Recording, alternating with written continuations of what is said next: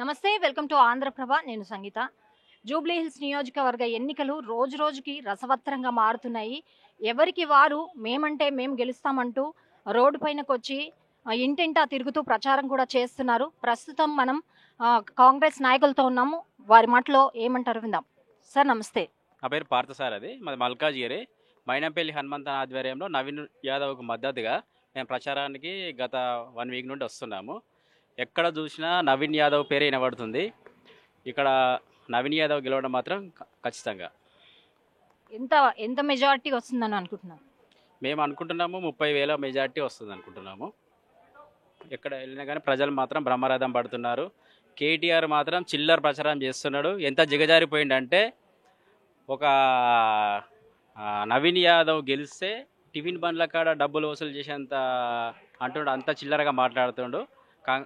బీఆర్ఎస్కు బీజేపీకి ఓటేసినా బీఆర్ఎస్కి వేసినట్టే, బీఆర్ఎస్కి వేసినా బీజేపీకి ఓటేసినట్టే ఇద్దరు ఇక్కడ కుమ్మక్కయ్యారు.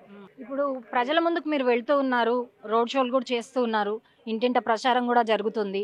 సో మరి వారి నుంచి స్పందన ఎలా వస్తుంది? కాంగ్రెస్ పాలన గురించి కానీ ఇచ్చిన పథకాల గురించి కానీ ఎలాంటి స్పందన వస్తుంది? ముందుగా నా పేరు జీడి సంపత్ గౌడ్, మల్కాజ్గిరి నుంచి 140 డివిజన్ ప్రెసిడెంట్. మేము హనుమంతనగర్ ఆధ్వర్యంలో ఇక్కడ రావడం జరిగింది.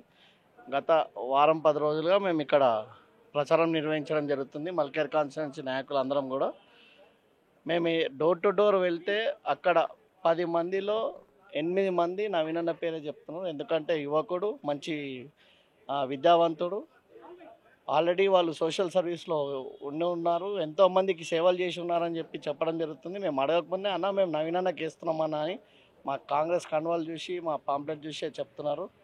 అదే కాకుండా ఈరోజు అనినిత్యం నవీన్ యాదవ్ గారు అన్న అంటే నేను ఉన్నానని చెప్పి ఏ టైంలో అయినా 24 గంటలు 6 నిమిషాలు పబ్లిక్ కోసం పనిచేసే వ్యక్తి.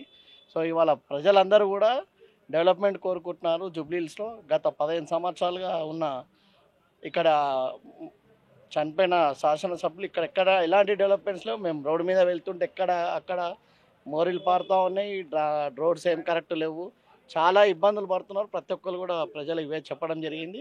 సో ఈరోజు కాంగ్రెస్ ప్రభుత్వం ఉంది కాబట్టి ఆల్రెడీ మా సీఎం రేవంత్ రెడ్డి గారు డెవలప్మెంట్స్ కోసం ఇక్కడ ఎన్నో కోట్లు ఇక్కడ ఆల్రెడీ శాంక్షన్ చేసి ఉన్నారు. ఇంకా ముందు ఫ్యూచర్లో కూడా ఇక్కడ జూబ్లీహిల్స్ డెవలప్మెంట్ కావాలంటే పబ్లిక్ అందరూ కూడా నవీన్ యాదవ్ కోటేసి గెలిపించాలని కోరుకుంటున్నాం.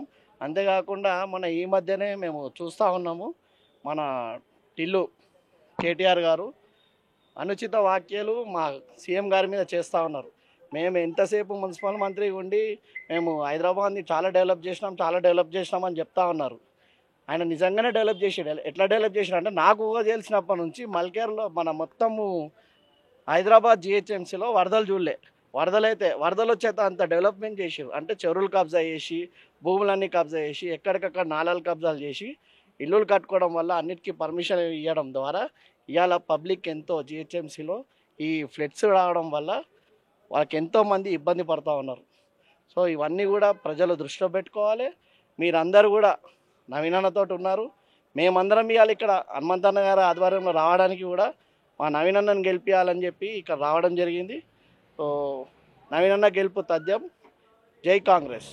అయితే ఇంకొక విషయం సార్, కేటీఆర్ అంటున్నారు ఇప్పుడు 500 రోజుల్లో ప్రభుత్వం మారబోతోంది, మేము ఇచ్చిన పథకాలు కానీ మేము ప్రాజెక్ట్స్ ఏవైతే చేపట్టిన ప్రాజెక్ట్స్ తప్ప కాంగ్రెస్ పెద్దగా చేసింది ఏదీ లేదు ఈ 1.5 కాలంలో అని చెప్తున్నారు. దాని గురించి మీరు ఏం చెప్తారు? ఇప్పుడు వాళ్ళు చేసిన ప్రాజెక్ట్స్ మీరు ఆల్రెడీ చూసి ఉన్నారు. కాళేశ్వరం ప్రాజెక్టు అవన్నీ కూడా ఒక 1 lakh crores వరకు మీకు ఆల్రెడీ మా సీఎం రేవంత్ రెడ్డి గారు అసెంబ్లీలో తీర్మానం చేసి మీకు పార్లమెంట్ పంపించడం జరిగింది. సిబిఐ ఎంక్వైరీ చేయమని చెప్పడం జరిగింది.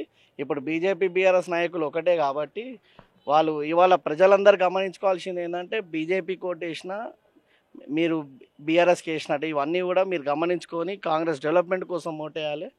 మీకు నిజంగా వాళ్ళకి చిత్తశుద్ధి ఉంటే బీజేపీ వాళ్ళకు కూడా వాళ్ళు పార్లమెంట్లో ఇక్కడ సిబిఐ ఎంక్వైరీ చేయాలి కాళేశ్వరం మీద. 100% ఆ రోజు నిజంగానే బయటపడుతుంది.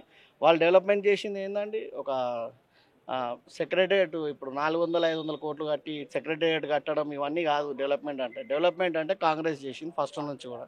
ఇలా ఒక నాగార్జున సార్ కానీ ఇలా శ్రీరామ్ సార్ ప్రాజెక్ట్ కానీ ఇలా పోచారం ప్రాజెక్ట్స్ కానీ ఇలా ఎన్నో పెద్ద పెద్ద ప్రాజెక్ట్స్ అన్నీ కూడా పాత ఇంకా నిలువుగా గట్టిగా ఉన్నాయి.